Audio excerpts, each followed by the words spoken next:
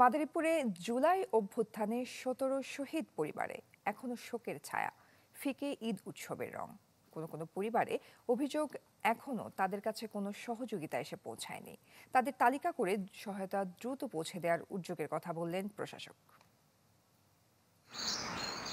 জুলাই আন্দোলনে শহীদ রোমান ব্যাপারীর কবরের পাশে মা রিনা বেগম। যে সন্তান মাতিয়ে রাখত বাড়িঘর, এবারের ঈদে নেই সে, ফিরবেও না কখনো। বুকের কোণে জমা থাকা কষ্টটা তাই চোখের জল হয়ে ঝরে কখনো বা। গত ঈদে নতুন জামা কিনে দিয়ে পরিবারের সবাইকে আনন্দে ভাসিয়েছিলেন রোমান। সেই সুখ স্মৃতিটুকুই হাতড়ে ফেরেন স্বজনরা। একসাথে ঈদ করছি, কত আনন্দ হয়েছে। এবার আমার ঈদ হইবে, এবার আমার করবে, আমার পাশে কেডা দাঁড়াইবে, কেডা আছে আমার পাশে। যাদের জন্য আমার ভাই মারা গেল, যাদের জন্য শহীদ হইল, সরকার তো আমাদেরকে কোনো হেল্প করতেছে না বা আমাদের কোনো খোঁজ নিতেছে না। ইলেকট্রা রেফ্রিজারেটর, খাবার তাজা তো জীবন তাজা।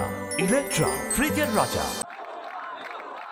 ১৯ জুলাই মাদারীপুরে যুব উন্নয়ন অফিসের সামনে সংঘর্ষে প্রাণ হারান রোমান ব্যাপারী। সেদিনের আন্দোলনে শহীদ হন জেলার আরও ১৬ তরুণ যুবক। স্বামী, সন্তান কিংবা বাবা হারানোর ব্যথা আজও মোছেনি শহীদ পরিবারগুলোর। ঈদ যেন তাদের কাছে উৎসবের উপলক্ষ নয়, একটি মাত্র শব্দ। গত বছর ঈদ আসছে, মেয়ের জন্য কত কিছু কেনাকাটা করার জন্য কত আয়োজন করছে, কত কি করছে, আর এখন তো আর ওরকম নাই। আর এই যে মেয়ে খোঁজ দিয়েছে বাবাকে, মেয়ে একটা স্ত্রী থেকে গেছে, কোন সরকারি ভাবে কোনো সাক্ষাতে কোনো ই নাই।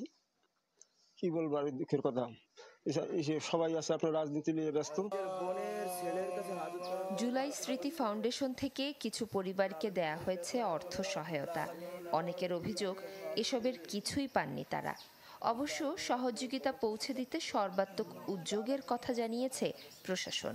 জুলাই আগস্টে যারা শহীদ হয়েছে তাদের সদস্যদের মধ্যে যদি কোনো বিষয় থাকে, পারিবারিক কোনো সমস্যা বা কোনো বিষয় থাকে, সেগুলো আমরা আমাদের কাছে আসলে আমরা বিধিমূলক ব্যবস্থা নিয়ে সুষ্ঠু সমাধান করার চেষ্টা করব।